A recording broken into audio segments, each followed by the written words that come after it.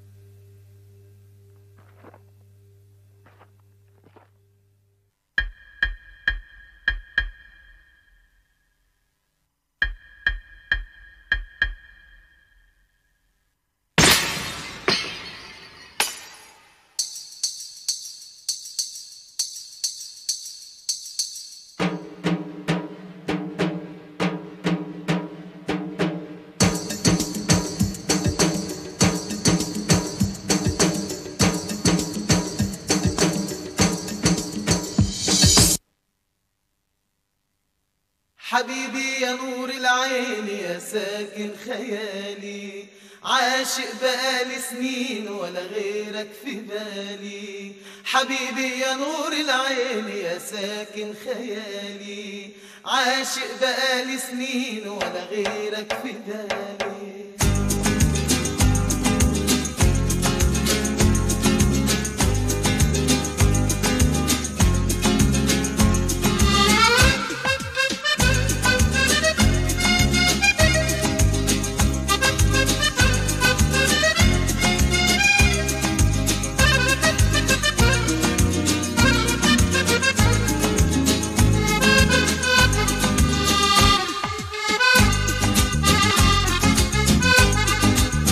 حبيبي يا نور العين يا ساكن خيالي، عاشق بقالي سنين ولا غيرك في بالي.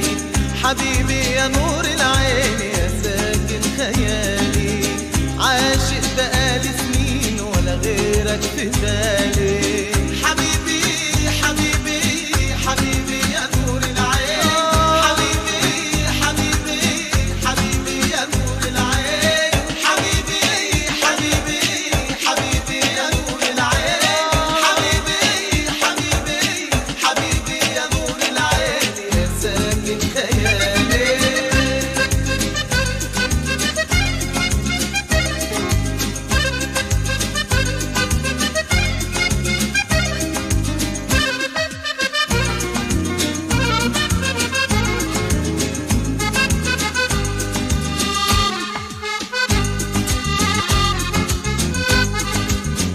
أجمل عيون في الكون أنا شفتها، الله عليك الله على سحرها.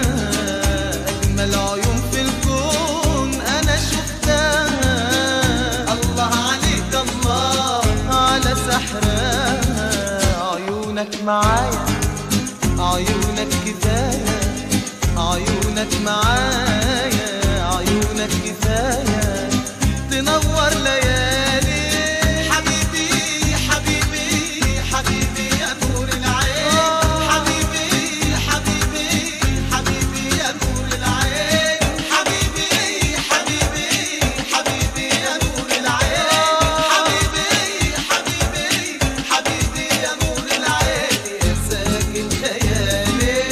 حبيبي يا نور العين يا ساكن خيالي، عاشق بقالي سنين ولا غيرك في بالي.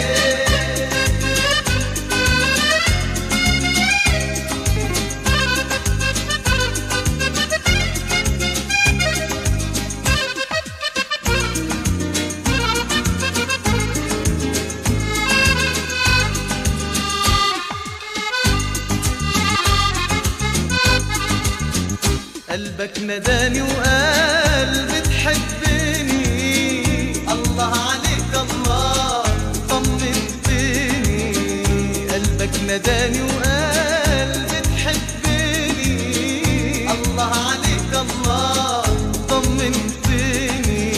معاك البداية وكل الحكاية، معاك البداية وكل الحكاية، معاك للنهاية. حبيبي حبيبي حبيبي يا نور العين، حبيبي حبيبي حبيبي يا نور العين.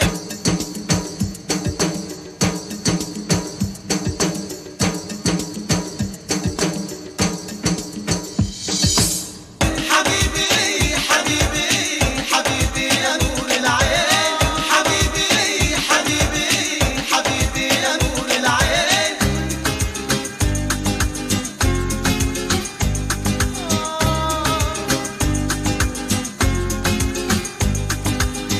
حبيبي حبيبي حبيبي حبيبي حبيبي حبيبي حبيبي يا نور العين، حبيبي حبيبي حبيبي يا نور العين، حبيبي حبيبي Buenas tardes, noches, bienvenidos hoy con el último programa de la tercera temporada de nuestro programa Mi Medio Hoy le vamos a hablar sobre la influencia de la cultura árabe en la lengua española. Vamos a leer alguna pequeña introducción. El árabe ha tenido una influencia considerable en la lengua española a lo largo de la historia y hasta el día de hoy. De hecho, unas 4.000 palabras españolas derivan del árabe, lo que supone el 8% de toda la lengua. Muchas de ellas son conocidas por la mayoría de la gente y se utilizan en la conversación diaria. España es una tierra de gran riqueza cultural. Parte de esta diversidad tiene su origen en los distintos pueblos que han habitado la península a lo largo de la historia. Uno de ellos es el musulmán, que permaneció en lo que hoy llamamos España, de una manera u otra, durante casi 800 años. Durante esos siglos, la cultura árabe ha puesto su huella no solo en la lengua española, sino también en las costumbres, arte y cultura de toda la península ibérica. Aún hoy, estas influencias son visibles en muchos lugares. Si hay algo que diferencia el español de las otras lenguas romances, como el francés o el italiano, es precisamente la abundancia de elementos de origen árabe. Además de los innumerables términos topográficos que existen, todas las lenguas de España tienen influencia árabe. Debido a que la zona norte llegaron con menos fuerza, el catalán y el vasco poseen pocos elementos léxicos relacionados con los musulmanes. Sin embargo, las palabras de origen árabe en español ascienden a unas 4.000 y su uso se hace más frecuente cuanto más al sur de la península nos centramos. Vamos a hablar un poco de la historia de los musulmanes en España. Cuando España no era más que un conjunto de reinos independientes, empezaron a llegar los primeros grupos árabes a la península ibérica. Concretamente en el año 711. Accedieron a la España de entonces a través del estrecho de Gibraltar y siguieron avanzando hacia el norte hasta que los frenaron en Poitiers. Alrededor del año 722 tuvo lugar la primera victoria de la Reconquista. A partir de ahí, un grupo liderado por el noble Pelayo comenzó una larga guerra para retomar el control cristiano de la península. Sin embargo, no fue hasta 1491 cuando cayó el último reducto árabe, el Emirato de Granada.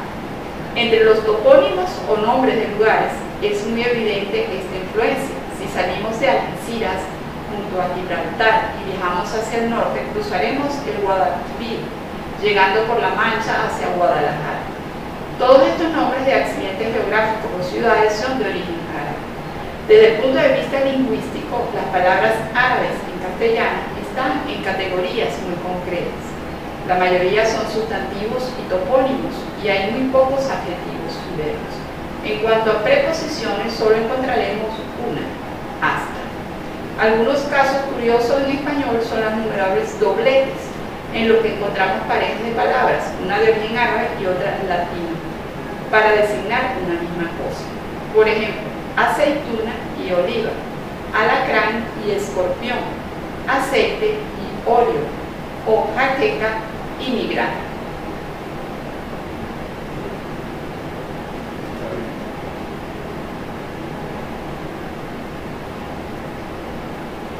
Bueno, dejamos aquí con el doctor Icaza para que le amplíe un poco más. Buenas noches, amigos. Como muy bien dijo la doctora, ese es el último programa de la tercera temporada. Una temporada muy interesante con la incorporación de la doctora de lleno a esta etapa y hemos aprendido todo. Desde que regresé a Venezuela en 1974, mi español ya era nulo, pero siempre se escuchaba la relación entre los moros y los españoles. No sabíamos, no definíamos cuál es el origen. El origen está claro en la introducción, la entrada en el 711 después de Cristo del último emir Abderrahman I, el último príncipe, porque no llegó a ser califa, de los omeyas. La caída del imperio, del califato de los omeyas en el año 711 en Damasco, de ahí viene la mezquita de los omeyas en Damasco, esa caída empujó a este príncipe de esta dinastía de los Omeya a huir, tuvo que salir de la Gran Siria y se escapa hacia el norte de África. De ahí, con la ayuda de los bereberes, entra a España y funda en el Imperio de Granada en el año 711 el primer imperio árabe. Eso trajo consecuencias importantes, la mezcla entre un idioma latín, como el caso del español, como el caso del castellano, con el árabe. Vamos a ver estos dos videos que nos van a decir la cantidad de lo que muy bien dijiste, casi 4.000 palabras que son de origen árabe, y vamos a ver estos dos interesantes videos que nos van a ir orientando cuáles son esas palabras y cuál es la cercanía, porque normalmente uno no se da cuenta, pero por ahí, porque se pronuncia en árabe totalmente diferente del español, pero sí tienen el mismo origen. Adelante, por favor, con los dos primeros videos. Escucha estas palabras a ver si te suenan familiares. السكر شربات العقرب guitar. A lo mejor te suenan porque las palabras azúcar, sorbete, guitarra y alacrán son arabismos y hay miles de ellos. Hay algunas que pueden ser obvias como almohada o alcoba, pero también hay otras que no tanto como تمر هندي كتير بحبه أبداً ما بحبه ليمون of course بحبه كتير. La gran influencia del árabe hace que el español sea diferente a otras lenguas romances como el francés o el italiano. Del árabe heredamos palabras como fulano, Almería, la zona de España donde yo nací, o alacrán. alacrán العقرب يعني في شبه. En este vídeo te contamos la historia de esta interferencia lingüística y te damos un par de pistas para reconocer arabismos. Todo esto empieza en el año 711, cuando los ejércitos musulmanes empezaron la conquista de la península ibérica y entraron por el sur de lo que hoy es España. A este territorio lo llamaron Al-Ándalus, una parte de lo que hoy conocemos como Andalucía. Aunque la mayoría de estas personas no hablaban árabe, hablaban amazigh o bereber, como llamaron los romanos a un conjunto de lenguas del norte de África. Y entonces, ¿cómo fue que el árabe se volvió la lengua de mayor influencia? La clave está en la religión, porque los rezos, las plegarias y tradiciones del Islam, todas tienen que leerse en árabe. La mayor parte de las élites, la mayor parte de las autoridades de Al-Ándalus eran musulmanas. Esto hacía que el resto de la población tenía que convertirse a esa religión si quería tener, digamos, una mejor situación en la sociedad. Así que unos cientos, quizá unos miles de arabófonos lograron arabizar a todas las personas que vivían en esta zona a través de la religión. De hecho, las palabras que usamos para hablar de la religión musulmana, como imán, islam o mezquita, todas tienen sus raíces en el árabe. La influencia musulmana duró hasta 1492, cuando los reinos cristianos conquistaron la península. Pero para ese entonces, la mezcla lingüística de casi 800 años ya estaba hecha, y no solo en el castellano. También hay arabismos en otras lenguas romances que se hablaban y se hablan en estos territorios, como el gallego o el catalán. Historiadores y lingüistas tienen muy claro cuándo comenzó esta mezcla de idiomas, pero no hay un consenso sobre cuánto arabismo hay en el español. Algunos estudios dicen 2.000, otros 4.000. Son difíciles de contar porque hay arabismos que en español se derivan. Por ejemplo, la palabra aceite viene del árabe zait. Pero luego tenemos palabras derivadas como aceitoso, aceitera, que se formaron después de que el arabismo se mezclara con el castellano. Entonces, contamos un arabismo, contamos 3. Lo que sí queda claro es la amplia influencia de esta lengua en el castellano, sin importar las cifras concretas. Y precisamente la palabra cifra es un gran ejemplo. Hoy en día la usamos para hablar de números en general, pero viene de esta palabra en árabe, sifir, que significa cero. La palabra álgebra, por cierto, también es un arabismo. Y aquí te va otro ejemplo. A lo mejor has escuchado el equivalente en árabe del si Dios quiere. إن شاء الله إن شاء الله إن شاء الله كانت لو شاء الله وبالإسباني ojalá.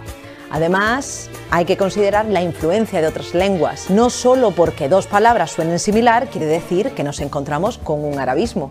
باللغة العربية وبالإسبانية في كلمة موسيقى أو موسيقى اللي هي أساساً من اللغة اللاتينية. كمان كلمة بنطلون يعني تقريباً نفسها تماماً بالعربي بنطلون، ويمكن هي كلمة فرنسية بالأصل.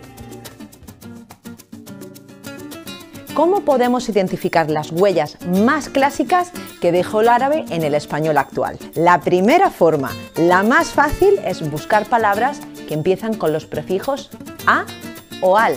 Ya hablamos de varios ejemplos como aceite, azúcar o almohada. Otro legado son los gentilicios, que no tienen formas masculinas ni femeninas y que terminan con una i latina. Por ejemplo, las palabras catarí, pakistaní o iraquí, todas llegaron al español como arabismos, y no solo porque hablan del mundo árabe.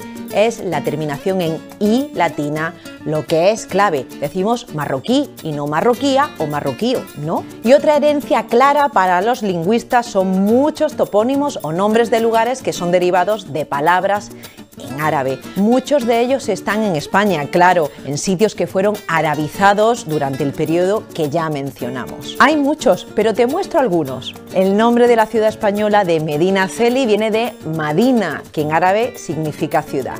La palabra árabe Guad, que significa río, es la raíz del nombre de las ciudades de Guadalajara, tanto en España como en México. En la provincia de Zaragoza, el nombre de la ciudad de Calatayud viene de la Calá, que significa fortaleza. Y no se nos puede olvidar Gibraltar, cuyo nombre viene del Jabal, que significa montaña. Antes de terminar este vídeo, les voy a dejar algo de tarea, que por cierto la palabra tarea también viene del árabe tarija, que significa esfuerzo. Si aprendiste algo en este vídeo, compártelo con algún fulano o fulanita, o a lo mejor con alguien que toque la guitarra, o que también capaz, como yo, sea de Almería. Y de palabra en palabra, ojalá que te haya gustado. مع السلامة سلام جميعاً إلى اللقاء or hasta luego.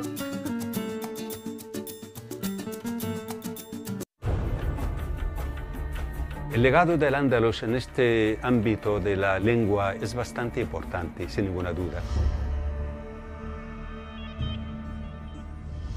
No hay ninguna otra lengua, solo el castellano, con tantos arabismos. En el diccionario de la Real Academia Española existen 88.000 palabras y 4.000 palabras son de origen árabe. Cualquiera de las lenguas, sobre todo las lenguas mediterráneas, castellano, catalán, valenciano, se ha conservado muchísimos vocablos de origen árabe, empezando por al, muchísimo. Y después los ríos, los Guad, que significa justamente río, pues también de esos tenemos muchísimos en la parte sur fundamentalmente, de Guadiana, Badajoz, Guadalmellato, Guadalquivir, que es el río grande. Lo mismo pasa, por ejemplo, con Guadalajara, Wadi el-Hijara, el río de las piedras. En cambio hay otro, como es el caso de Guadalupe, por ejemplo, Guadalupe. La mitad es árabe y la mitad es latina. Es decir, Wadi, Guada, y Lupe, lobo, el río del lobo. En la toponimia actual española sigue habiendo una cantidad de topónimos enorme. Unos son los muy conocidos de ciudades de nueva creación de los árabes como Murcia o como Albacete, Almería. El nombre de Madrid viene de dos palabras, es Majra, significa cauce de agua, agua subterránea se refiere en este caso, y Itum, que es abundancia, agua subterránea, abundancia. Y la palabra Alcalá es Al-Qal'a, Al-Qal'a significa la fortaleza, Alcalá de Henares, por ejemplo, y otros lugares, muchos también empiezan por la palabra Alcalá.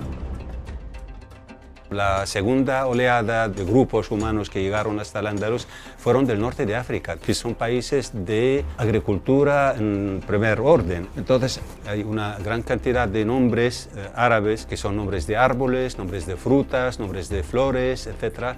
No hay fruta que no tenga un doblete árabe o que sea sencillamente árabe. Pensad en aceite y aceituna, azúcar. alcachofas, alubias, judías, endivias, albaricoques. Número importantísimo de nombre de flores, por ejemplo, azucena, por ejemplo, viene de sausan, jazmín, viene de yasmín. La influencia de las lenguas normalmente siempre es de la que tiene un estándar literario oculto más importante que las que no tienen una cultura detrás.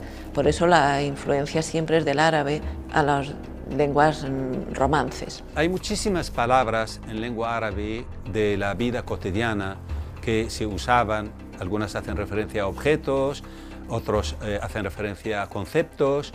Por ejemplo, la palabra ojalá, que significa, algunos dicen inshallah, si Dios quiere, o lau sha'Allah, que significa lo mismo, si Dios quiere. La palabra taza, que también se usa hasta el día de hoy, es decir, es un bol, es un recipiente para tomar sopa o para beber agua. Arroba de los ordenadores, de los email, es una palabra que es de cuando era un peso y que el dibujo ese de esa A en el círculo era la abreviatura de tantas arrobas de esto. Una palabra que usamos hoy en día, la mascarilla, máscara, viene de la palabra masjara en árabe. Masjara significa burla, porque cuando se ponían la máscara era para burlarse, para hacer una broma. Y también tiene que ver con otra palabra, el muharrej, el mamarracho, significa justo, payaso. Tiene que ver con las cortes, porque era un oficio que tenían algunas personas que hacían gracia y tenían que hacerle gracia al rey, especialmente en sus momentos más duros, más difíciles, cuando estaba de mal humor.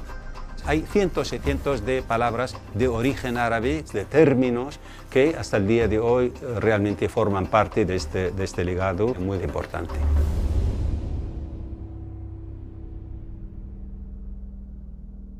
Bueno, seguimos en esto, es súper interesante. Como dice la señora Laura, una de las fanáticas y fans de este programa, esto sí habla de la gloria de los árabes. La gloria se traduce no en armas, sino en cultura, en historia, en desarrollo. Eso sí realmente es la gloria, cuando transmite información, los maestros que nos enseñaron, nuestros profesores en la universidad, que siempre recordamos con cariño. Esto es lo que hoy tratamos de transmitirle a nuestra querida comunidad, que es la comunidad sanjuanera, y a otra gente que nos sigue a través de YouTube. Hay una mezcla muy de moda entre la música árabe y la música española, y vamos a escuchar algo de esto y regresamos a hacer una breve reseña sobre la cultura árabe en España. Adelante.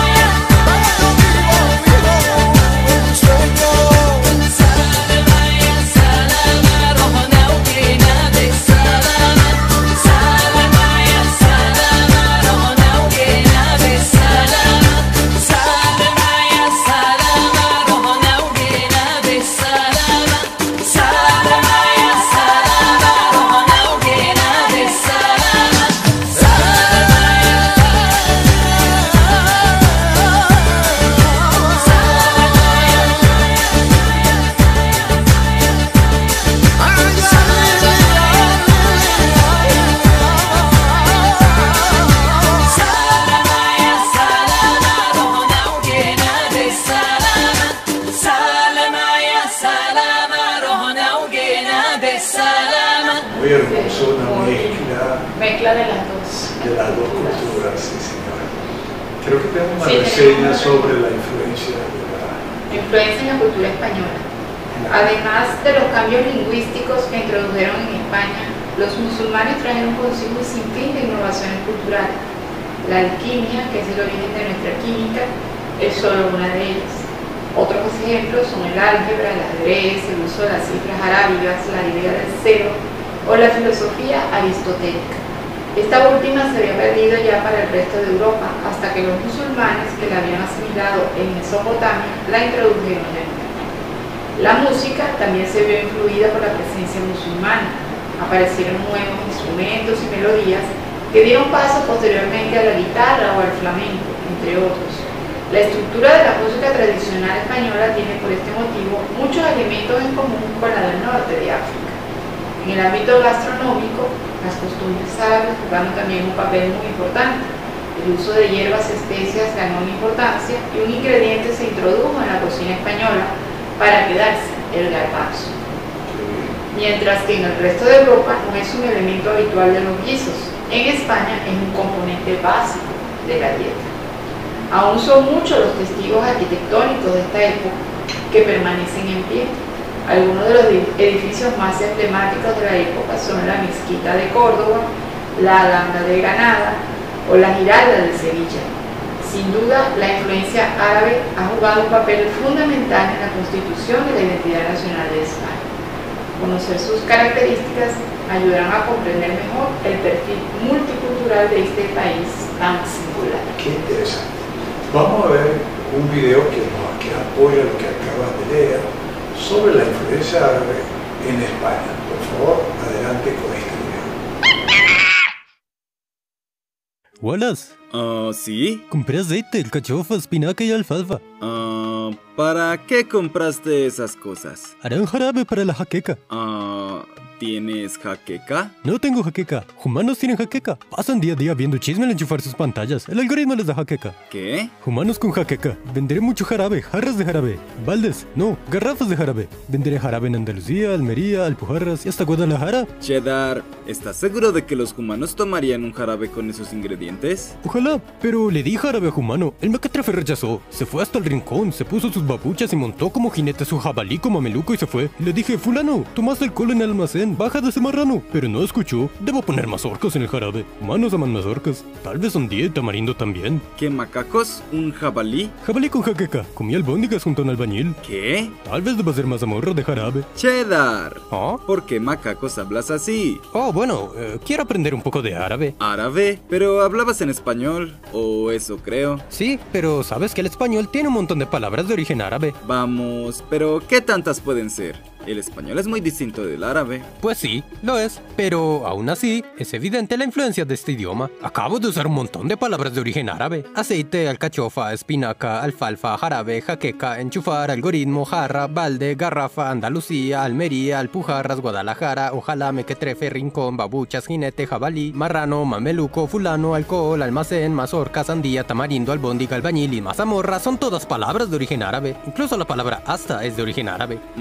Pues debo admitir que suenan bastante arabosas. Muy arabosas. En español hay más de 4000 palabras de origen árabe. Esto es gracias a la ocupación árabe de la península ibérica, ¿no? Sí, este territorio solía ser del reino visigodo, pero en el siglo VIII fue conquistado por los musulmanes del califato de Omeya en un largo proceso militar y político entre los años 711 y 726. A partir de aquí, la mayor parte de la península ibérica y parte del sur de Francia estuvieron bajo control árabe. Se llamó Al-Ándalus. Su territorio y su nombre cambió varias veces, pero el caso es que hubo presencia árabe en la península ibérica por más de 700 años. Espera, ¿700 años? Es demasiado tiempo. Digo, la colonia española en América duró un poco más de 400 años. ¿Y me dices que los árabes ocuparon la península ibérica por más de 700 años? ¿Cómo macacos es que en España y Portugal no se habla árabe hoy en día? Bueno, siempre hubo resistencia. Los reinos cristianos estuvieron siempre enfrentándose a los árabes, y al final de la historia lograron retomar el control. Pero aún así, la situación lingüística lingüística en la península fue bastante interesante por aquellos 700 años. ¿Por qué lo dices? Bueno, antes de la llegada de los musulmanes, en la península se hablaban dialectos derivados del latín vulgar, es decir, el latín que se usaba en el día a día. Ya hablamos un poco del latín vulgar en nuestro video de lenguas romances, vayan a verlo. Así es, el caso es que el español no existía aún, aquellos dialectos hablados en la península aún no habían evolucionado lo suficiente como para convertirse en español. Así que técnicamente el árabe no llegó a reemplazar el español. Correcto. De hecho, la presencia del árabe en la región fue un factor muy importante en el mismísimo nacimiento del español, aunque para el contexto histórico de este video me referiré al español como castellano. Ya sabemos cuánto le gusta pelear a los cumanos sobre si se dice español o castellano, como lo dijimos en este otro video, ambas formas son correctas, pero para este contexto histórico es más acertado decir castellano, ya que España ni siquiera existía en aquel entonces. Exactamente, España no existía, y el castellano como lo conocemos nació en el Reino de Castilla, en un momento de la historia donde aún había una fuerte influencia árabe en la península. Los idiomas están siempre influenciándose unos a otros,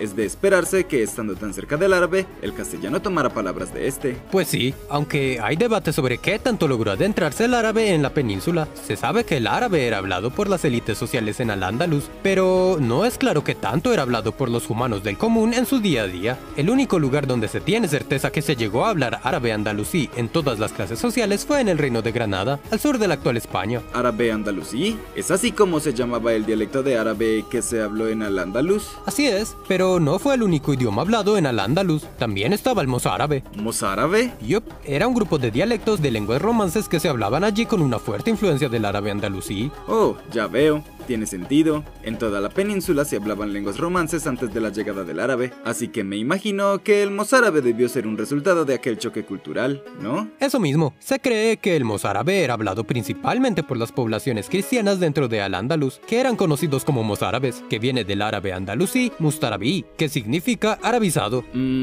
¿Arabizado? ¿Por qué los llamaban así? Porque eran humanos hispano-romanos o hispano-visigodos, muchos de los cuales mantuvieron su religión cristiana, pero que adoptaron las tradiciones culturales árabes en el ámbito público. Es decir, en contextos sociales, culturales o comerciales usaban el árabe, pero en el ámbito familiar y dentro de sus comunidades mozárabes seguían usando sus propias lenguas romances, las cuales tenían una fuerte influencia del árabe. Ya veo.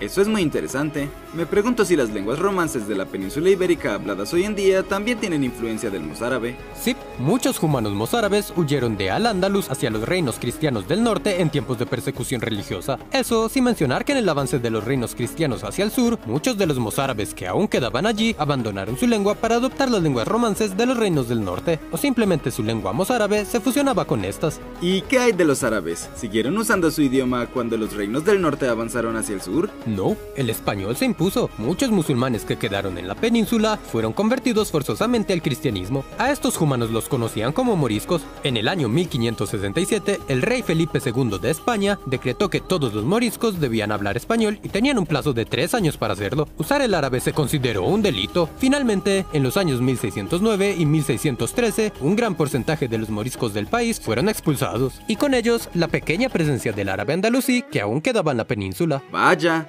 Los humanos en todas partes del mundo parecen siempre tener una historia muy turbulenta. Y que lo digas. Pero en todo caso, es claro que el árabe fue una influencia muy importante en la formación misma del español o castellano. Pero ¿cómo macaco se ve reflejada esa influencia en el español que hablamos hoy en día? Bueno, como pudiste ver al principio de este video, el español tiene una cantidad enorme de palabras de origen árabe. La influencia del árabe en el español se ve principalmente en su léxico. Un claro ejemplo de esto son muchas de las palabras que empiezan con al o a. ¿Por qué macacos empiezan con al? Porque en árabe al es lo mismo que el en español, pero al ser adaptadas estas palabras al español, al se convirtió en una parte integral de esas palabras. Por ejemplo, la palabra alcohol es kuhul. Si dices el alcohol, en árabe sería al-kuhul, que suena casi igual a alcohol en español. Espera. ¿Quiere decir que si en español digo el alcohol, es casi como si dijera el alcohol en árabe? Sí. Y si dices el alcohol, es como si dijeras el alcohol. Pero si dices el alcohol, sería como decir el alcohol. Sí, pero acabas de decir el alcohol, lo que sería como decir el ¡Basta! Podríamos entrar en un loop infinito. Tienes razón. Me decías que muchas palabras que empiezan por A también vienen del árabe, ¿no? Sí, es la misma explicación que las que empiezan con al. Es solo que en árabe existen dos tipos de letras, solares y lunares. Cuando una palabra empieza con una letra solar, se omite el sonido de la L. Ya veo. ¿Es eso lo que pasa con la palabra aceite, por ejemplo? Sí, aceite en árabe se dice zait. El aceite sería azeit, que suena muy parecido a aceite. Eso es fascinante, pero hay demasiadas palabras que empiezan por al o a en español, como acelga, adobe, azúcar, afán, azafrán, ajedrez, albahaca, albañil, albaricoque, alboroto, alcahuete, alcancía, alcoba, aldea, alfalfa, alfajor, alfombra, álgebra, almanaque, almíbar, alquiler, atún, azul y un larguísimo etcétera. ¿Que todas esas palabras vienen del árabe? Pues no todas las palabras que empiezan con a o al vienen del árabe, pero sí muchas de ellas. Todas las palabras que acabas de mencionar vienen del árabe, pero hay algunas palabras que no, como árbol, que viene del latín, o alrededor, que no es más que una contracción de las palabras al y rededor. Oh, tienes razón, ese al del español no tiene nada que ver con el árabe, no es más que una contracción de a él. Así es, y ahora que lo mencionas, no había notado que alrededor tiene una contracción dentro de una contracción. Pero además de eso, hay otras palabras del español donde puedes ver la influencia del árabe, como por ejemplo los gentilicios. ¿Gentilicios? ¿De qué macacos hablas? Las palabras chileno, estadounidense o japonés no suenan para nada arabosas. Pues no, esos gentilicios no tienen nada que ver con el árabe, pero cuando se trata de gentilicios de países del mundo árabe o del mundo musulmán, pueden ser distintos en algunos casos, como por ejemplo marroquí, pakistaní, iraní o iraquí. No me había detenido a pensar en lo diferentes que son esos gentilicios. Lo son, y se parecen mucho más a los gentilicios en árabe, que suelen terminar con el sonido i. Interesante. ¿Lo mismo ocurre en el portugués? No, verás, si bien el portugués también tiene una gran influencia del árabe, ya que Portugal también está en la península ibérica y su territorio también fue ocupado por los árabes, los portugueses lograron expulsar a los árabes por completo antes que los españoles. Por eso, la influencia del árabe en su idioma es un poco menor. Eso se puede ver en este ejemplo de los gentilicios. En portugués no dices marroquí, pakistaní, iraní o iraquí, sino que dices marroquino, pakistanés, iraniano e iraquiano. Es increíble que el español tenga una influencia tan grande del árabe y que suela pasar desapercibida en el día a día. Y que lo digas, la influencia del árabe se ha metido en un montón de aspectos de la vida cotidiana. Muchas palabras de origen árabe tienen relación con comida, cosas del hogar, vivienda, arquitectura, matemáticas o ciencia. Es bastante loco pensar que tantas palabras del árabe hayan terminado aquí, en Latinoamérica, al otro lado del charco, donde no hay países que hablen árabe. Ya lo creo, la influencia del árabe es especialmente fuerte en Latinoamérica, ya que el español de nuestro continente está fuertemente influenciado por el español del sur de España, y esta parte de España fue la que duró por más tiempo bajo influencia árabe, y por ese motivo suelen usar más palabras de origen árabe. Todo eso es fascinante. Me pregunto si esto hace que sea un poco más fácil aprender árabe para un español. ¿Qué?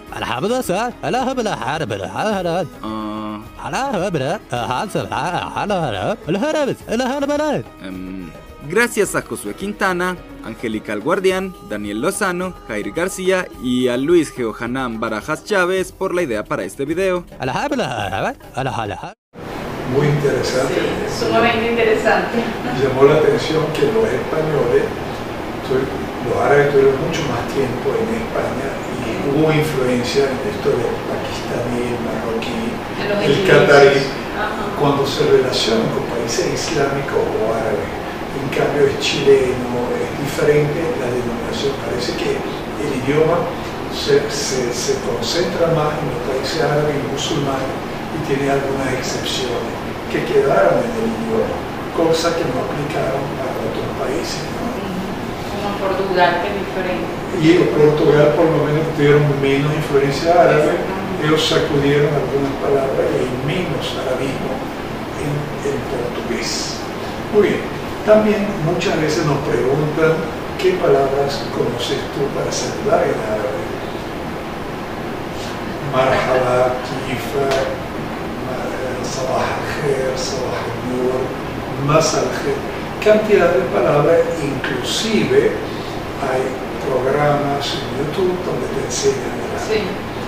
No le temas a tus antepasados, no te sientas extraño en su tierra, aprende el árabe. Este es el emblema que sacamos hace unos años, pero como buenos políticos al fin no cumplimos con el objetivo de enseñar ese idioma a muchos de los hijos de la colonia árabe y a los amigos que estaban interesados en aprender el árabe. Yo creo que hay que agarrar esa meta más adelante, porque no sería malo aprender un poquito del árabe. Vamos a empezar entonces, vamos a agarrar ese ejemplo y arrancamos con este video donde nos va a enseñar cómo saludar en árabe. Adelante, por favor. Marhaba, ismi Vanessa, ana min al Mexic, ana atakalam, la arabia. Hola, mi nombre es Vanessa, yo soy de México y yo hablo el árabe. Si quieres aprender un poco más de este idioma, preparé este pequeño video para que aprendas las palabras imprescindibles en el idioma árabe, si estás aprendiendo o si solo quieres conocer las palabras básicas. Así que no lo esperes más y continúa viendo este video.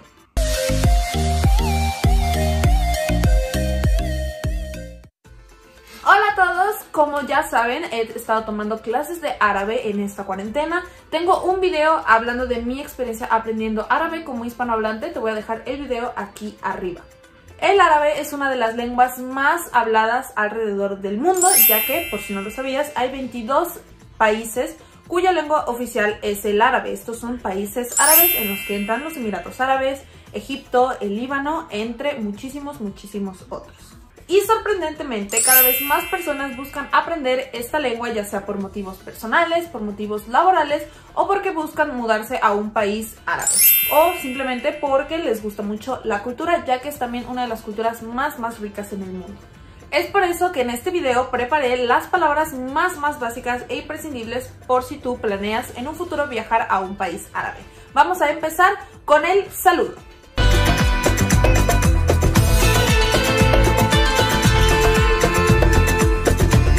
El saludo en árabe. Los árabes, como ustedes saben, son gente sumamente hospitalaria. Entonces yo creo que aunque no sepas dominar totalmente el idioma, va a ser un hermoso detalle que los puedas saludar en su idioma. Entonces, para decir, es más, me voy a jalar un poco para ponérselos aquí. Para decir hola se dice marhaba. Aquí les voy a poner cómo se escribe en árabe y repite marhaba. Marhaba, hola. Para decir me llamo, ismi, el nombre. En este caso es ismi Vanessa. Me llamo Vanessa. Otra variante también podría ser soy Vanessa. Ana, Vanessa. Ana es soy y Vanessa pues ya lo vas a completar con el nombre que tú tengas, evidentemente. Otra palabra es para decir encantado, refiriéndome a encantado conocerte, o encantada, encantado, es tasharafna. Tasharafna lo puedes usar de la siguiente manera: marhaba, hola, tasharafna, Ana, Vanessa, soy Vanessa.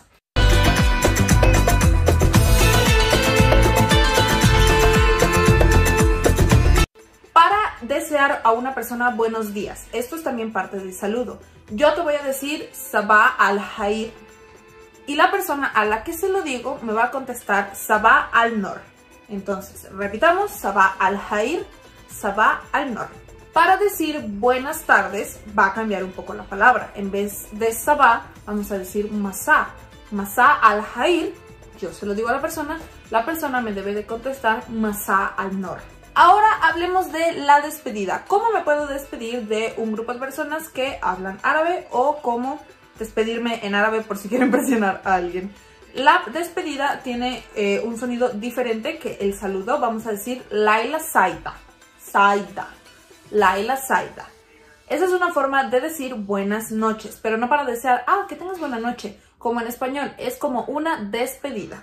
Y también seguramente esta oración la habrás escuchado mucho en diferentes series o a personas que justamente hablan árabe o son musulmanas.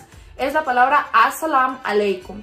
Eso significa la paz está con vosotros y la persona a la que se lo dicen debe contestar wa aleikum as-salam. Para decir hasta luego, o como la traducción literal sería hasta el encuentro, vamos a decir ila alika. Ila alika. Hasta luego. Una despedida es ma as-salama. Este es como ya cuando ya te estás yendo, de plano, dices ma as-salama.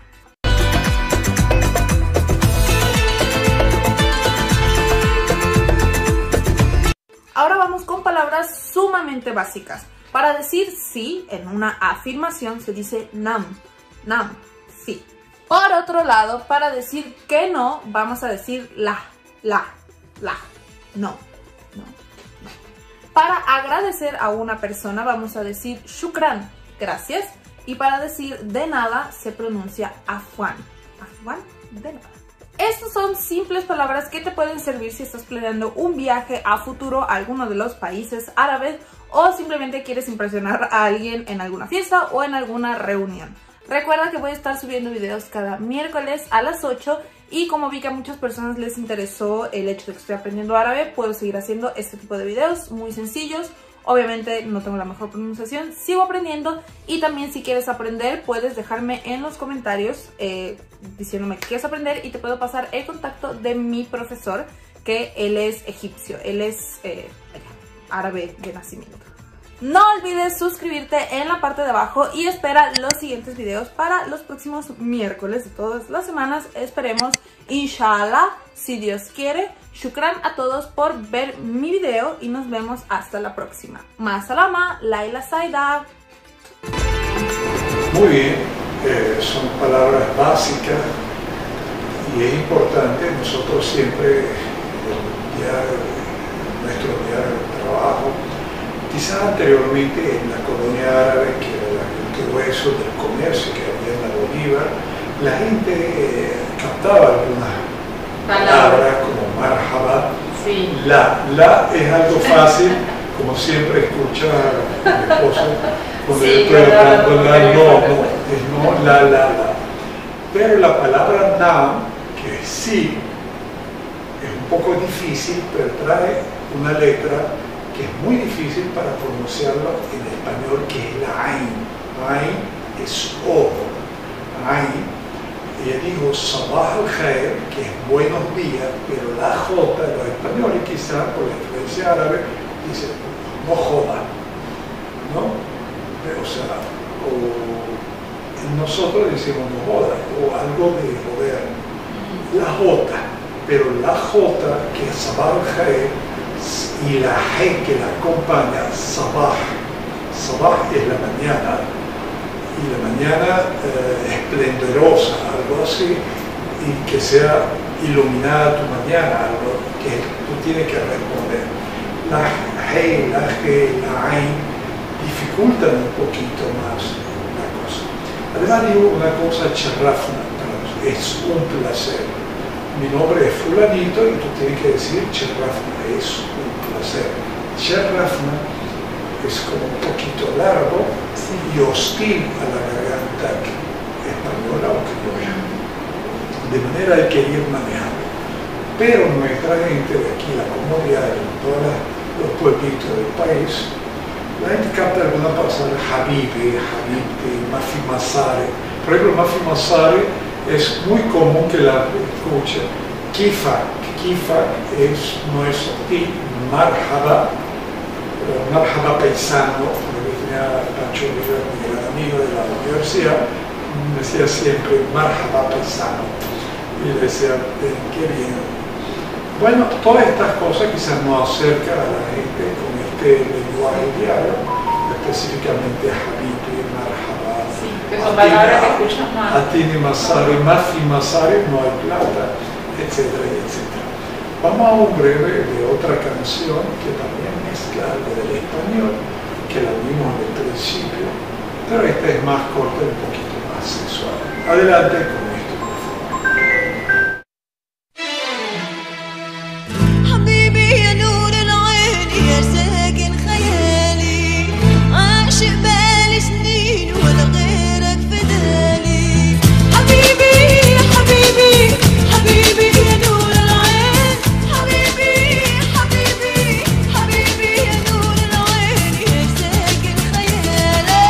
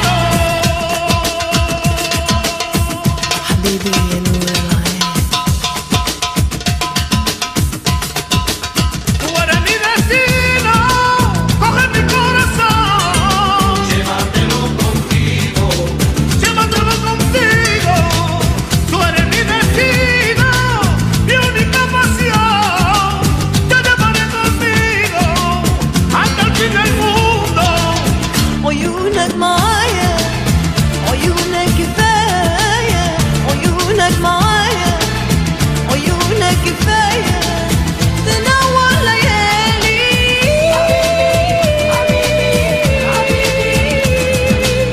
حبيبي حبيبي حبيبي يا نور العين حبيبي حبيبي حبيبي يا نور العين حبيبي حبيبي حبيبي يا نور العين يا ساكن خيالي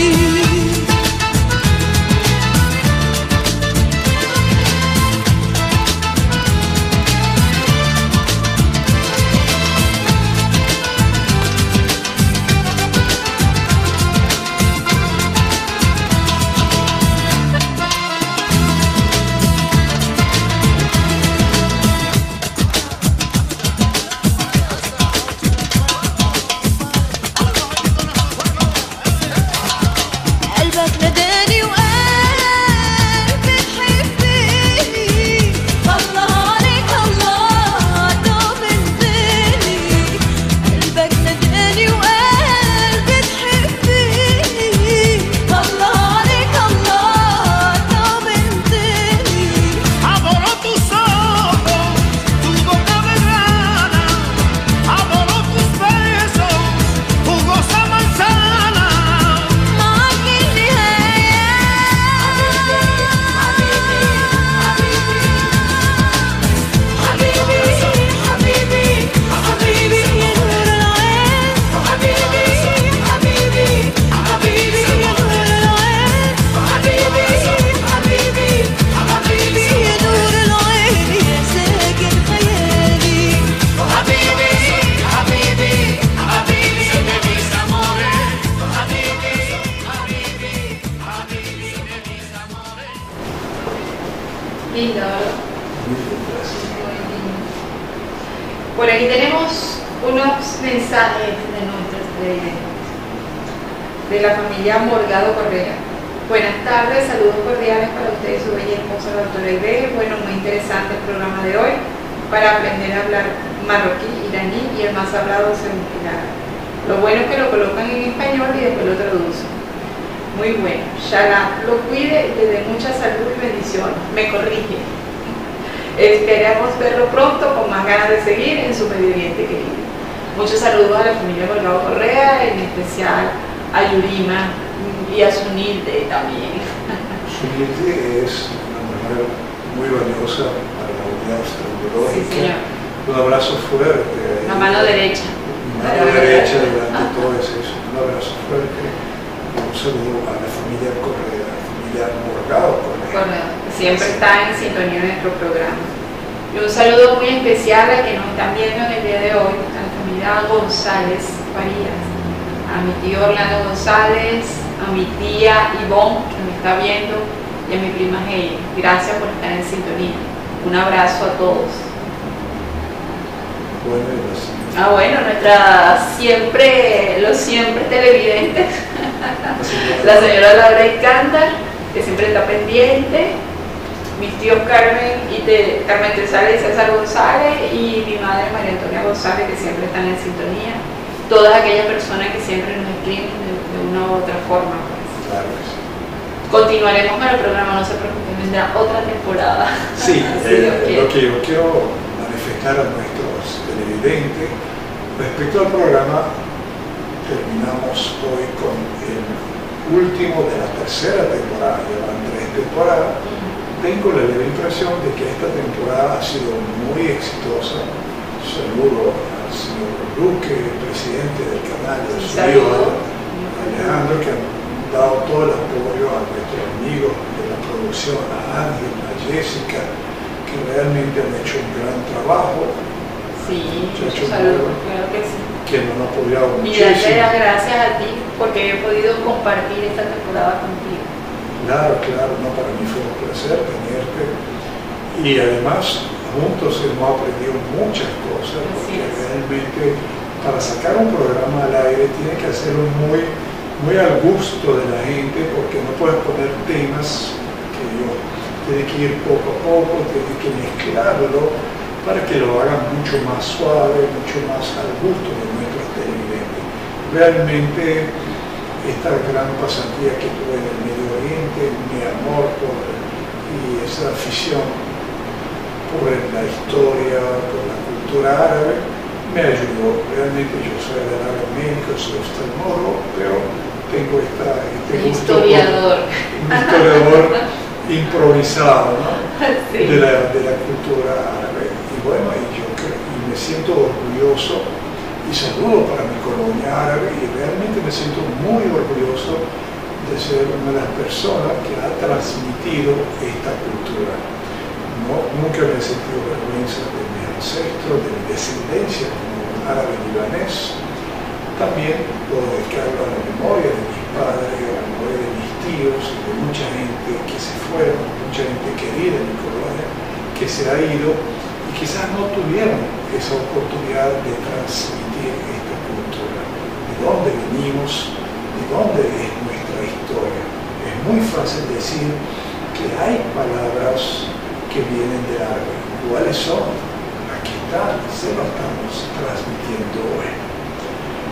Muy bien, en la reseña y en alguno de estos videos dijeron 1491 los árabes tuvieron que abandonar el Andalus, su querido el Andalus, porque Andalucía es una zona hermosa de España.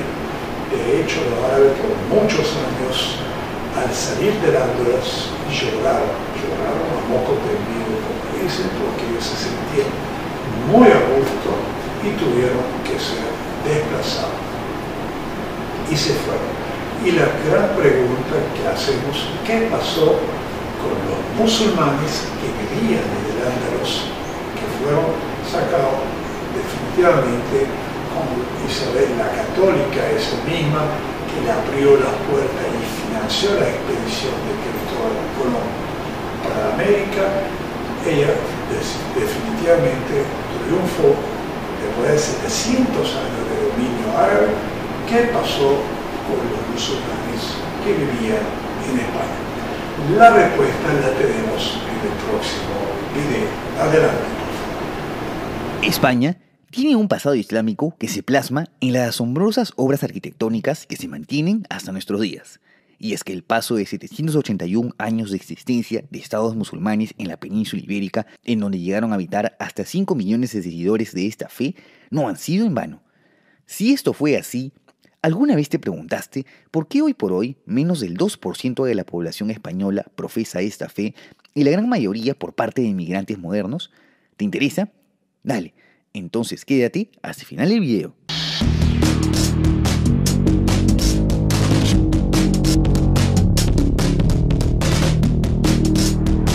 Como siempre, remontémonos a los antecedentes. Y para ello, sería bueno mencionar un estado que gobernó sobre toda la península ibérica justo antes de la llegada del Islam, el reino visigodo de Toledo, del que puedes ver más a detalle en este video. Como su nombre lo indica, este estado medieval fue gobernado por una élite visigoda, un grupo germánico oriental que hoy se encuentra extinto. En una primera instancia, los visigodos seguían el arrianismo, una vertiente del cristianismo considerada como hereje por la Iglesia de Roma y que tuvieron que abandonar en favor del catolicismo debido a que el pueblo íbero-romance sobre el cual gobernaban era muy aferrado a su fe. Hacia el siglo VIII, los visigodos entran en un periodo de conflictos internos que les salieron bastante, pero bastante caros. Estos coinciden con la veloz expansión de un importante imperio originario de Oriente Próximo y portador de una nueva fe, el Califato Omeya, el cual concreta la conquista de la península ibérica hacia 711. Desde ese entonces, España y Portugal son convertidos en el valiato de Al-Ándalus, una provincia del Califato Omeya que obtiene su independencia en el 756. Importante resaltar que los omeyas no llegaron a conquistar toda la península, pues quedó un estado cristiano en la zona más noroccidental del territorio, el Reino de Asturias, que representó la resistencia cristiana que dio inicio a la famosa Reconquista. Esta guerra, que se extendió por más de 7 siglos, se podría considerar como un enfrentamiento entre dos grandes fes, cristianismo e islam. En este trayecto se van formando una serie de estados cristianos cuyo principal factor de identidad por el cual luchaban era justamente su fe.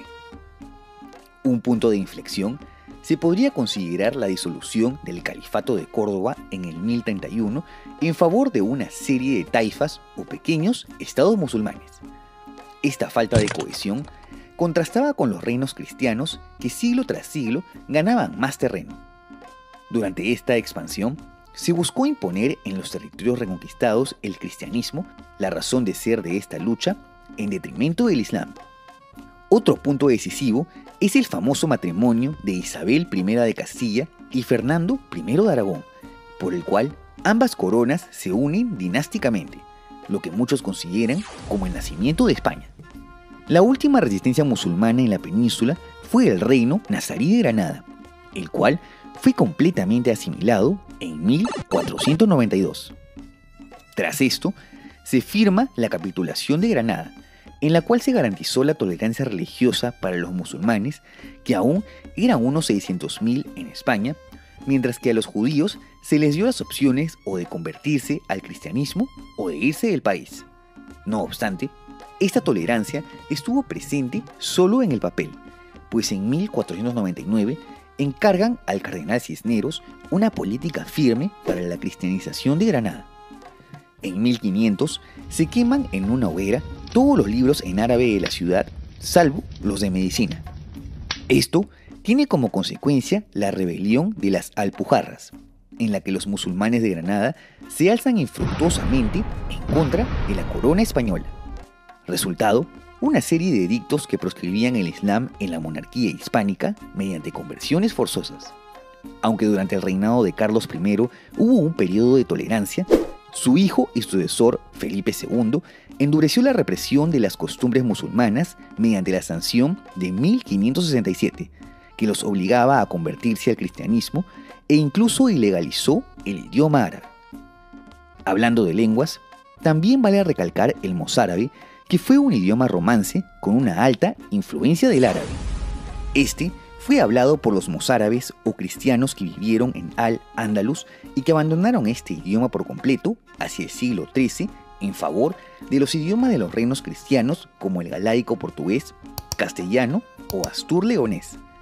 Regresando al tema de los musulmanes, ante las medidas represivas de Felipe II, los moriscos o musulmanes forzados a convertirse se alzan en una segunda rebelión de las Alpujarras. En ella, los musulmanes son nuevamente derrotados y más de 80.000 moriscos son dispersados por toda la península ibérica, para así evitar otras posibles rebeliones. Y a pesar de todo esto, a principios del siglo XVII vuelven a tomarse medidas contra el Islam, esta vez bajo el reinado de Felipe III. Desde 1609 se ordena de forma escalonada la expulsión de los moriscos de toda España. Es decir, no solo los musulmanes, sino también sus descendientes a pesar de haberse convertido al cristianismo. Es así que los 300.000 moriscos que aún quedaban en España se ven forzados a abandonar el país. Esto aseguró que el Islam no puede ni siquiera practicarse en secreto. Para suerte de los moriscos, no muy lejos de la península se alzaba el poderoso Imperio Otomano que ya había conquistado todos los Balcanes y el cual lo recibió con los brazos abiertos.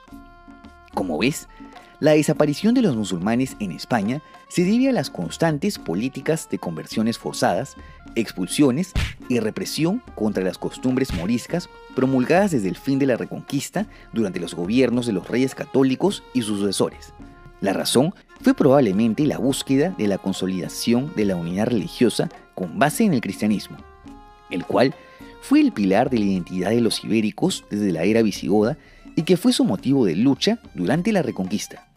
Curiosamente, hoy por hoy el país de mayor presidencia de inmigrantes en España es Marruecos, de esencia árabe e islámica, que a su vez reivindican antiguos estados musulmanes como los almorávides como parte de su historia, los cuales ocuparon una gran porción de la península ibérica. Por tal motivo, es que España se suma a la lista de países europeos en donde existen fuertes movimientos contrarios a la inmigración musulmana al considerarlos como una cultura incompatible con la Europa cristiana.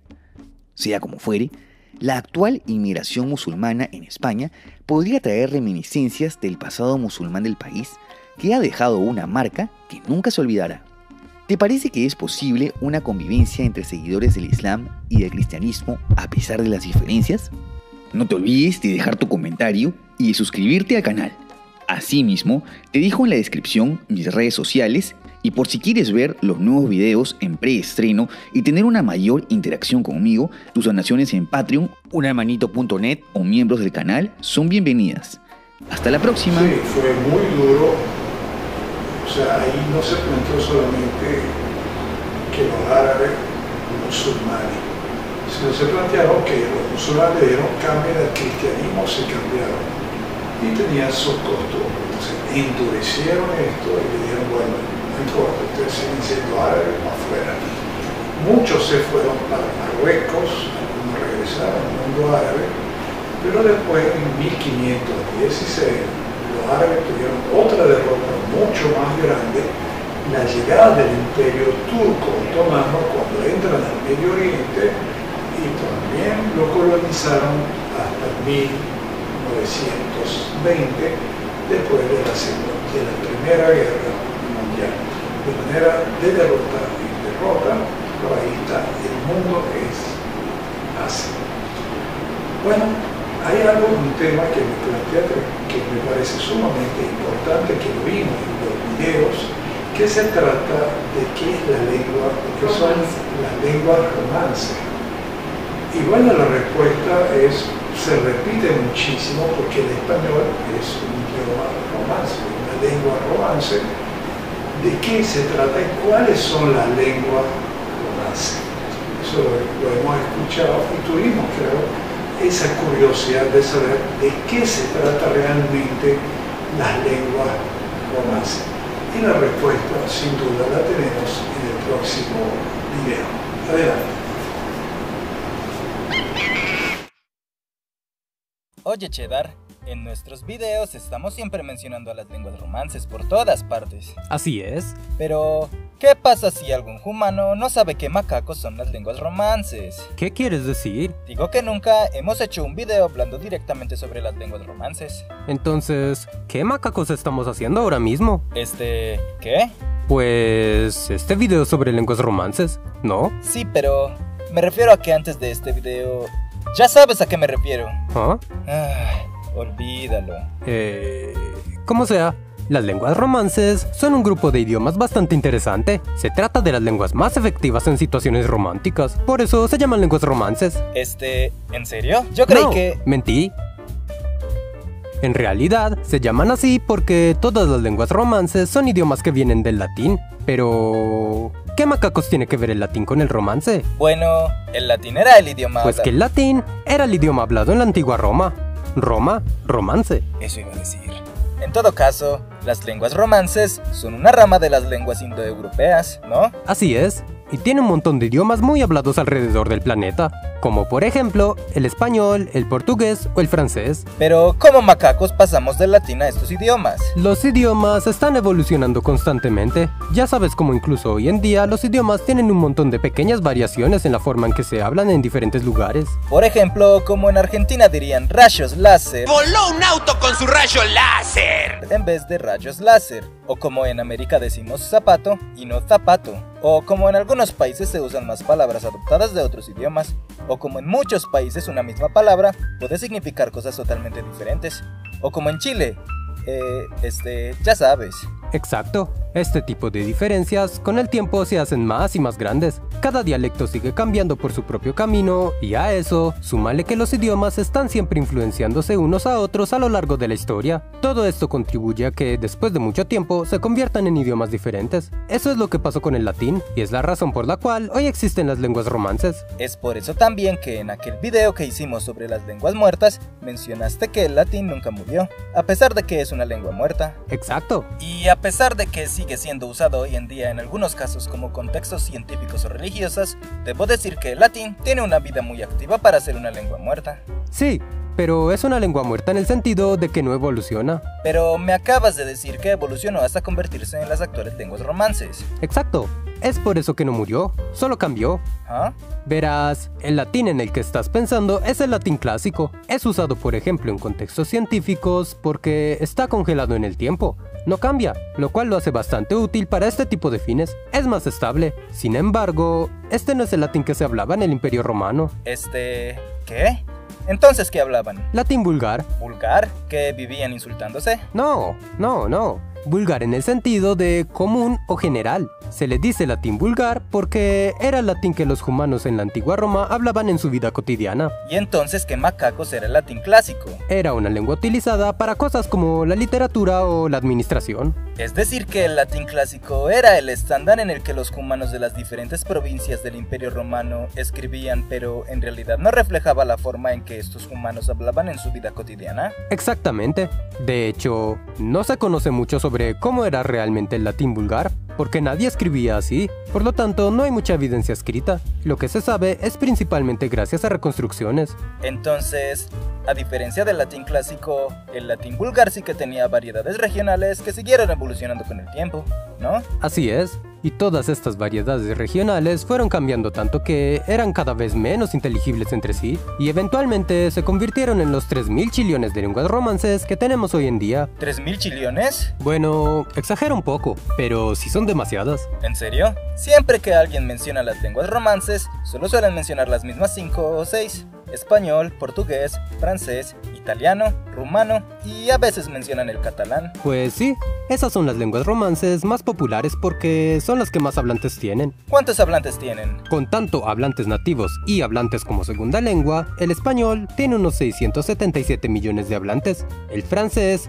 274 millones, el portugués 260 millones, el italiano 90 millones, el rumano 30 millones y el catalán 10 millones. Vaya, esos son muchos humanos. El caso es que estas son las lenguas romances más populares, pero no son las únicas que existen. Existen muchísimas más habladas en pequeñas regiones. ¿Como cuáles? Como el gallego, el sardo, el siciliano, el emiliano romagnol, el véneto, el lombardo, el napolitano, el piamontés, el occitano, el friulano, el astur-leonés, el valón, el ligur, el sefardí, el arrumano, el franco-provenzal, el corso, el romanche, el normando, el ladino, el megleno rumano, el istrio rumano. ¡Cheddar! ¿Qué ocurre? Ya entendí, son muchos idiomas romances. Lo son, existen más de 20, sin contar a otro montón de idiomas criollos basados en idiomas romances. Y la verdad, es difícil saber el número exacto de idiomas romances que existen, porque hay algunos demasiado parecidos a otros. A veces, es difícil saber si se trata de un dialecto o un idioma. Los humanos se complican mucho con eso de los dialectos. Ya tenemos un video sobre ese tema. Así es, el caso es que, entre los idiomas romances, existe un continuum dialectal. Es un concepto que ya hemos mencionado en algunas ocasiones, y es cuando, entre varios territorios que hablan diferentes idiomas, existe un cambio gradual entre variedades lingüísticas sin perder la inteligibilidad en el camino. Es por eso que un hablante de portugués, por ejemplo, puede entenderse casi al 100% con un hablante de gallego, y un hablante de español puede entender a alguien hablando gallego mejor de lo que entiende a un hablante de portugués. Exactamente. Pero, ¿por qué el latín se dividió en tantos idiomas? Creo que en gran parte fue porque en aquel entonces no había tal cosa como televisión, radio, internet y cosas así que ayudaran a mantener el idioma unificado, y eso influyó a que se diera la división con mayor facilidad. ¿Tiene sentido? Oye, ¿cómo se clasifican las lenguas romances? Existen dos grandes ramas dentro de los idiomas romances, las lenguas romances occidentales y las lenguas romances orientales, y estas a su vez están divididas en varios grupos. Supongo entonces que el español es una lengua romance occidental, ¿no? Digo, por su ubicación geográfica. Así es, el español es romance occidental y hace parte del grupo de lenguas ibero-romances. A este grupo también pertenecen, por ejemplo, el portugués y el gallego. Estas dos lenguas a su vez forman un subgrupo llamado lenguas galaico-portuguesas, por eso son tan cercanas. Ya veo. Y supongo que el catalán también es una lengua ibero-romance, ya que se habla en la península ibérica. No, en realidad, el catalán es parte de las lenguas occitano-romances, junto con el occitano, que es hablado en el sur de Francia. Pero el francés, por otro lado, no es una lengua occitano-romance, es una lengua galo-romance. Ya veo. ¿Y qué me dices de las lenguas romances occidentales? Principalmente se trata del italiano y el rumano. El italiano es una lengua italo-romance, junto con otros tantos idiomas como el siciliano o el napolitano, mientras que el rumano es una lengua balco-rumánica, junto con el arrumano y el megleno rumano. Creo que los hablantes de italiano italianos son tal vez quienes mejor pueden entender a los hablantes de rumano comparado con el resto de lenguas romances más populares. Vaya, parece que las lenguas romances tienen demasiadas subdivisiones. Ya lo creo, y solo estoy mencionando algunas de ellas. ¿Y qué me dices del latín? ¿Qué ocurre con el latín? ¿Es una lengua romance? No. ¿Pero por qué? Porque el latín no vino del latín. El latín es el latín. Bueno, supongo que tiene sentido. El latín es una lengua itálica, al igual que las lenguas romances, pero no se incluye dentro de las lenguas romances como tal, ya que estas surgen del latín. A todas estas, ¿cuál es la lengua romance más cercana al latín? La verdad, no he encontrado mucha información sobre esto, pero según Wikipedia, uno de los idiomas que menos se ha diversificado fonéticamente desde el latín es el sardo, con un grado de evolución de solo 8%, le sigue el italiano con 12%, el español con 20%, el rumano con 23,5%, el catalán con 24%, occitano con 25%, portugués con 31% y el francés con 44%. Es decir que el francés es de los que más ha cambiado fonéticamente respecto al latín. Así es. La verdad, no me sorprende. Ya lo creo. En todo caso, una de las cosas que hacen tan geniales a las lenguas romances es el grado de inteligibilidad mutua que tienen. Si ya sabes hablar un idioma romance, dependiendo de qué idioma se trate, probablemente podrás entender una buena parte de otros idiomas romances, sobre todo en forma escrita. Es cierto, pero varía mucho de un idioma a otro. Un hablante de portugués puede entender bastante bien a un hablante de español, pero seguro se verá en problemas intentando entender a un hablante de rumano. Y no solo eso, la inteligibilidad entre estos idiomas suele ser asimétrica. Oh, es verdad, un hablante de portugués entiende mejor el español de lo que un hablante de español entiende portugués, ¿no? Así es, pero a pesar de eso, existen otras ventajas. Un hablante de una lengua romance podrá aprender otra lengua romance con relativa facilidad, porque aún son parte de un mismo grupo lingüístico, todas en el fondo siguen siendo bastante cercanas. Saber un idioma romance te facilita mucho aprender otro montón de idiomas. Y también te abre las puertas para conocer gente de un montón de países. Los idiomas romances, en especial el español, el francés y el portugués, son ampliamente hablados en muchos países del mundo por fuera de Europa. América es quizás el mejor ejemplo. Ya sabemos cómo el español y el portugués son ampliamente hablados en este continente. Pero aparte, el francés también es hablado en lugares como Haití, Guayana Francesa y Quebec, en Canadá. Pero, ¿qué hay de los otros continentes? África es otro continente con una gran cantidad de humanos que hablan lenguas romances. E incluso existen unos cuantos países asiáticos donde se hablan lenguas romances. ¿Asia? ¿En serio? Sí, aunque se habla muy poco en aquel continente, pero en Timor Oriental, el portugués es uno de los idiomas oficiales. También es cooficial en Macao, en China, aunque allí es raramente usado. ¿Y qué me dices del español? En algún momento fue oficial en Filipinas, ya que este país fue conquistado por España, aunque hoy en día casi nadie habla el idioma en este país. Sin embargo, en Filipinas existe un idioma criollo basado en el español llamado chabacano. Ya hablamos más a fondo sobre los idiomas criollos en este otro video. Parece que estos idiomas no son muy populares en Asia. Ya lo creo, pero sí que lo son en África. Un montón de países africanos tienen el idioma francés como oficial y muchos humanos allí lo usan como lengua franca. La mayor parte de los hablantes de francés en el mundo viven en África. Es el idioma de mayor crecimiento en aquel continente. Vaya, me hace pensar que saber francés en África es tan útil como saber español en América. Así es, pero aparte, también hay unos cuantos países africanos que hablan portugués, como Angola y Mozambique. Incluso existen algunos lugares donde se habla español en África. ¿En serio? Nunca pienso en África cuando pienso en países hispanohablantes. Pues el español claramente se habla en Islas Canarias, que es un territorio español en el continente africano, pero aparte de eso, es el idioma mayoritario en un pequeño país llamado Guinea Ecuatorial y coexiste con el árabe en la República Árabe Saharaui Democrática, un país con reconocimiento limitado en el noroeste de África. Vaya, las lenguas romances realmente te permiten comunicarte en una parte enorme del planeta. Y que lo digas, sería genial hablarlas todas. Gracias a Caesarean King 1404, Muy interesante esto de las lenguas romances, súper interesante y llamativo que en África se habla mucho el francés. De hecho, hay un grupo que son los grupos países francófonos, porque muchos fueron colonias francesas. También se destaca un país que no lo nombraron, que es Marruecos, y también Argelia. Quizás Argelia por excelencia, porque allí estuvieron por 150 años los franceses, y eso en los años 50 nos llevó a la revolución argelina, que terminó en los años 60, y todavía me acuerdo cuando hay una película sobre sobre la revolución argelina, ellos hablaban un árabe, pero muy mezclado con el francés. De hecho, a veces al argelino el árabe no se le entiende porque hay muchas cosas penetradas por el francés. Y los argelinos tienen la puerta, porque dominan bien el francés, más inclusive que el árabe, tienen las puertas abiertas para trabajar, estudiar y vivir en Francia. Quedaron estos acuerdos. El Líbano también está dentro de los países francófonos porque dejaron todo este sistema de educación, de bachillerato, lo que llaman baccalaurea, quedó en el Líbano. Pero ahora lo que me llama en mi último viaje para el Líbano, el decrecimiento, o sea, ahora el inglés está saltando y el francés está bajando. La gente está hablando menos inglés, menos francés y más inglés, porque se está enviando más hacia los países del norte, Estados Unidos, Canadá, de manera está la cosa pareja. En el año 74, cuando salí del Líbano, la mayoría, me acuerdo cuando uno iba a presentar lo que llaman el baccalaureado, o sea, el bachillerato, éramos como el 90% presentábamos literatura francesa y un 10% presentaba literatura inglesa. Era más frecuente. Mucho más frecuente, inclusive era un país francófono. ¿Por qué era?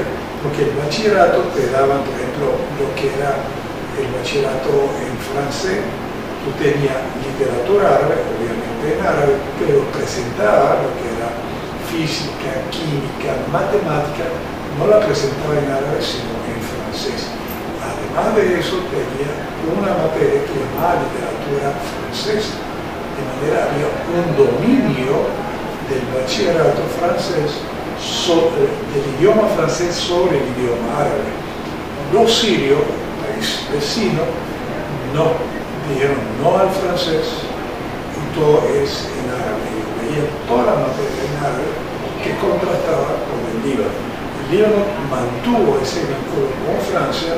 De hecho, todas las universidades en Francia le abrían el camino a los estudiantes que estudiaban en el Líbano, le aceptaban su bachillerato y le decían que eran bienvenidos a cualquiera de las universidades que hay en francés, sin la necesidad de hacer equivalencia, sin duda. O sea, uno le mandaba una carta, yo estoy terminando mi bachillerato y quiero ingresar a la universidad, y él te decía bienvenido y te ponían ciertas condiciones.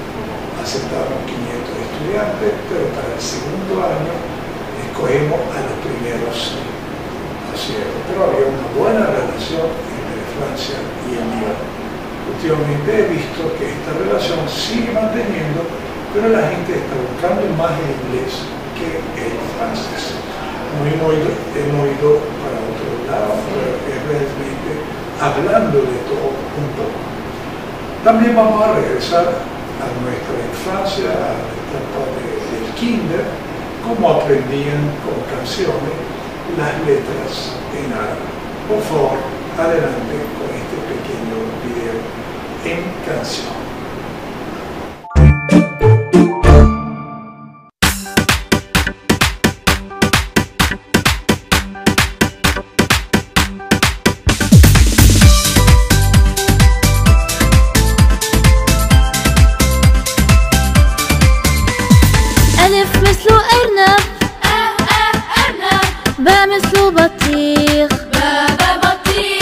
تاء مثل تفاح،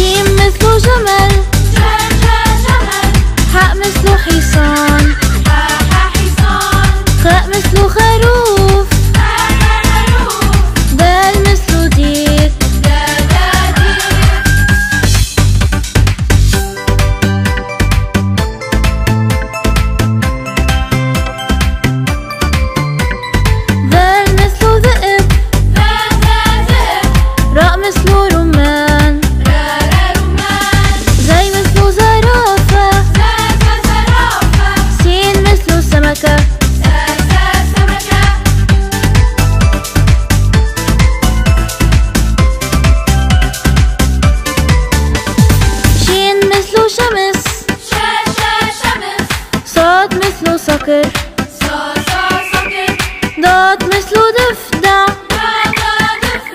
طاء مثل طائرة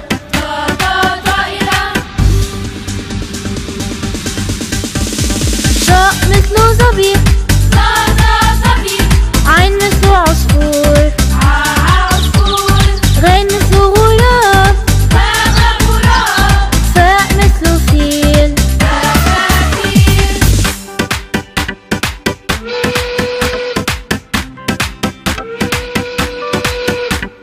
كاف مثل جيتار كاف مثل كلب لا مثل ليمون ميم مثل موزة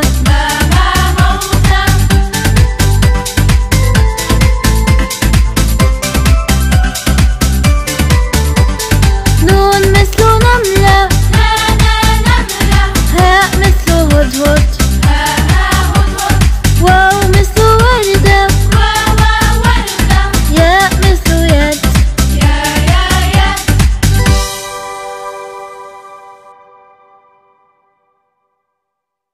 Un retorno al kinder, un retorno Muy al tierno, muy bonito. Muy lindo, de verdad que muy lindo. A través de canciones infantiles para que aprendan. Así es, así es. Bueno, nos toca ahora la gastronomía. No eres muy amante de hígado, pero bueno, el hígado de pollo, como lo preparan, claro, no ponga la cara. Pero es a mí me encanta el hígado de pollo, y lo preparan muchísimo, que hay que agregar ajo, limón, y la misma señora decía, es que tengo un contrato.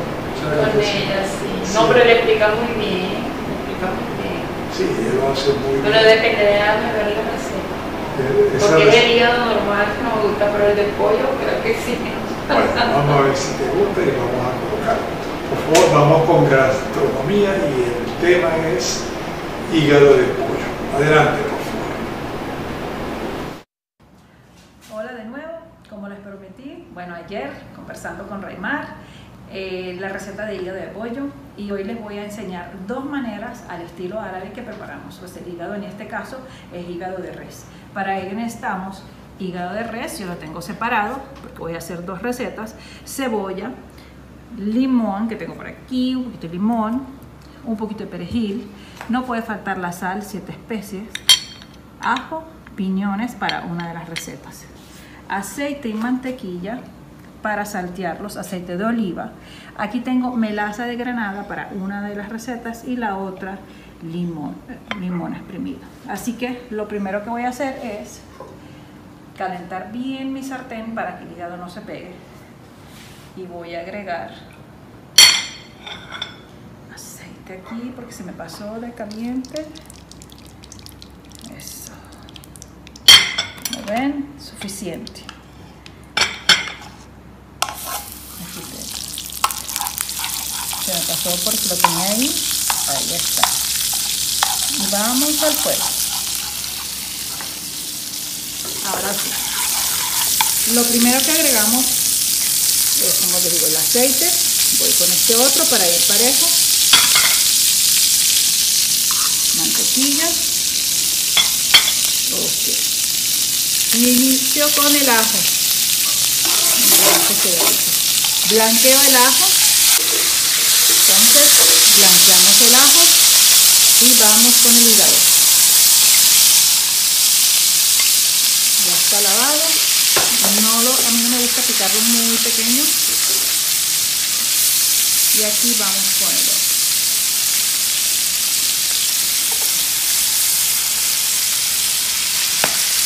Wow. Esto es lo que tenemos que tener cuidado cuando estamos haciendo hígado. Esta manera para cualquier hígado, hígado de res, hígado de cordero, incluso corazón. Miren, ahora voy a agregar sal,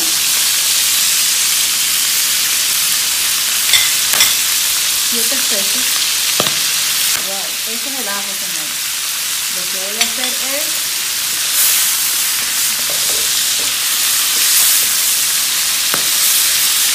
igual, vamos revolviendo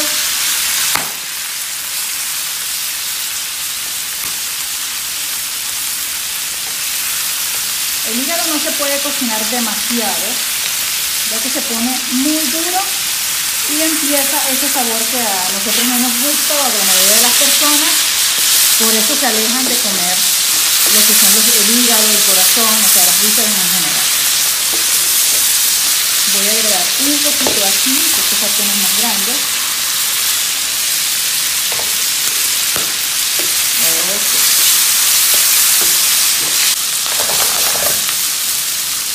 Como ven, esto ya estuvo.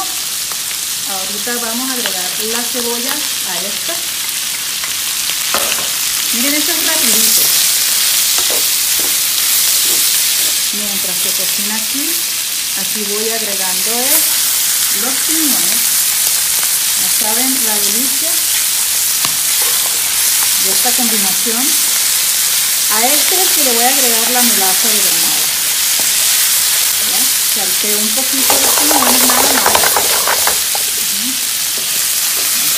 Aquí la cebolla debe quedar medio cruda, no se cocina demasiado.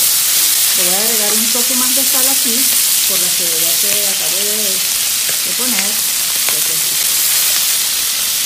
Y aquí voy con la melaza de granada, señor.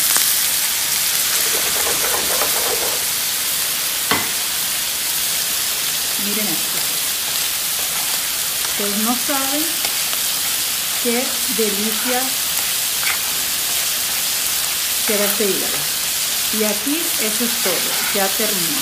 Voy a servir esto mientras mi cebolla aquí sigue cocinando. Y aquí voy. Esto huele y sabe. La melaza de granada es un sabor agridulce, muy rico, tiene un sabor acidito, súper rico.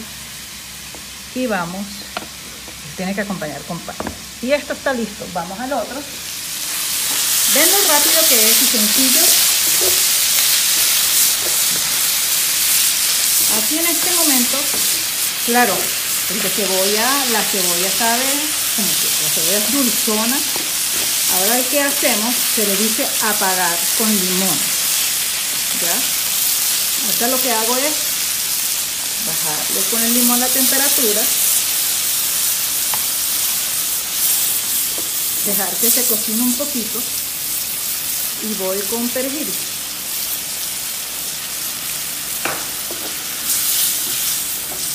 Quien gusta agregar aquí picante, en mi caso lo haría, pero como van a comer otras personas aquí que no les gusta el picante y que es la persona que está grabando, no le puedo echar porque después no graba.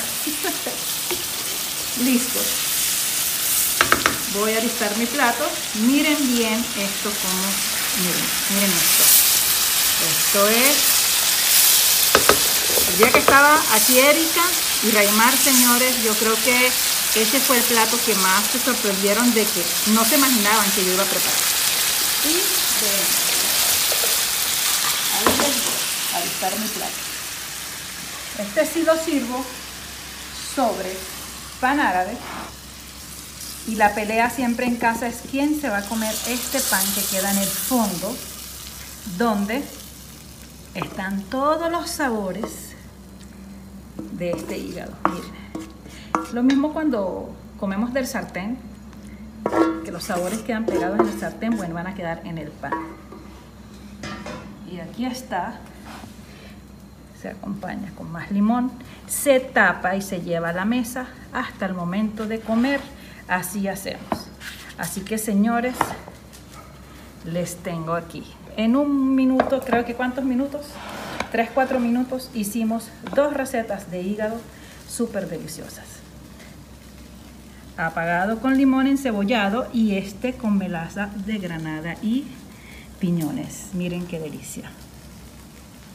Bueno, así que sabes, Raimar, la receta aquí está. Necesito que todos la preparen. Nos vemos en otra receta. Yo creo que vamos a tener que hacer el reto de las recetas más raras del mundo. Nos vemos. Hasta luego en otro Viernes de Sabor. Muy bien, la señora lo hace muy bien. Y lo explica muy bien. Y lo explica muy bien, quizás un poquito más resumido porque anteriormente se explayaba, acortó un poquito el tiempo de los videos, que realmente era demasiado largo, ya pasamos de 14, 15 minutos a 6, 7 minutos. Y está bien, y un sabor y un plato muy... La preparación es más rápida también. Mucho más rápida, y ella antes alargaba más la cosa, lo hace súper bien. Bueno, alguien también, una cantante, su padre es de origen libanés de la ciudad de Zahle, como lo es Shakira, es la encargada de cerrar esta temporada con su tema desde el Bahrein hasta Beirut. No sé por qué se fue tan lejos Shakira hasta el Bahrein en el Golfo Pérsico, pero la canción pegó hace unos 25 años atrás, si no me equivoco.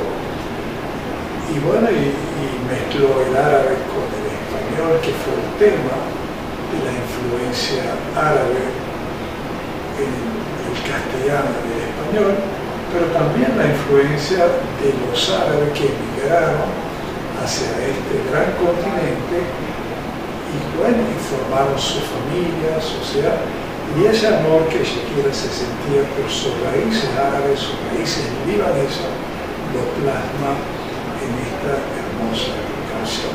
Shakira, gracias a su curva, a su baile, bueno, tuvo grandes éxitos. No tuvo el amor eterno con su querido Piqué, pero sí tuvo éxito en la parte artística. Bueno, es lamentable, nada es perfecto. Bueno, doctora, ha sido para mí un gran placer tenerla conmigo en esta etapa. Lo hemos hecho juntos bien, no puedo caer en lo argentino, lo hemos hecho muy bien, porque creemos pero dentro de lo que cabe, dentro de lo que hemos escuchado en la calle, agradezco la sintonía de muchos amigos que me han abordado, me han dicho que le encanta, y muchos me han dicho que le gusta esa música árabe, y ahora que hemos incorporado la gastronomía, esta historia, bueno, creo que este programa ha tenido su sintonía. Gracias por acompañarme, gracias a los que nos han acompañado siempre, y bueno, y espero retornar, me toca ir mañana de viaje, justamente a mi Medio Oriente querido, y espero regresar con nuevas ideas para seguir transmitiendo esta gran cultura milenaria como lo es la cultura del Medio Oriente. Gracias mil por estar presente y te dejo para terminar. Bueno, gracias a ti, José, por permitirme acompañarte en tu sueño de mi Medio Oriente querido, que ahora lo estás haciendo realidad. Un poco triste, porque bueno, te vas de viaje, pero pronto regresas. Espero un feliz regreso para ti, como tú dices, con nuevas ideas para continuar con este programa que no solamente va dirigido a tus paisanos en la colonia árabe, sino también le ha gustado, pues me ha enseñado a esta población sanjuanera todo lo que tú sientes, que puedes transmitir de tu Medio Oriente querido, que vas a ver pronto personalmente. De verdad, muchas gracias, me encantó haber compartido contigo esta tercera temporada, y bueno, muchas gracias al equipo de Siembra TV, a su presidente, el señor Pedro Luque, a Alejandro, que han permitido este programa, y a todos los chicos de la producción que están del otro lado, a Ángel, a Jessica, al otro chico, a cada uno de los que han pasado, que han estado con nosotros, y gracias a todos nuestros televidentes que de una u otra forma han permanecido pendientes de este programa. De verdad, los esperamos pronto con su Medio Oriente querido, con un nuevo programa, y bueno, que pasen una feliz noche. Muchas gracias por todo, se les quiere, y bueno, feliz noche. Y hasta pronto. Hasta pronto. Gracias.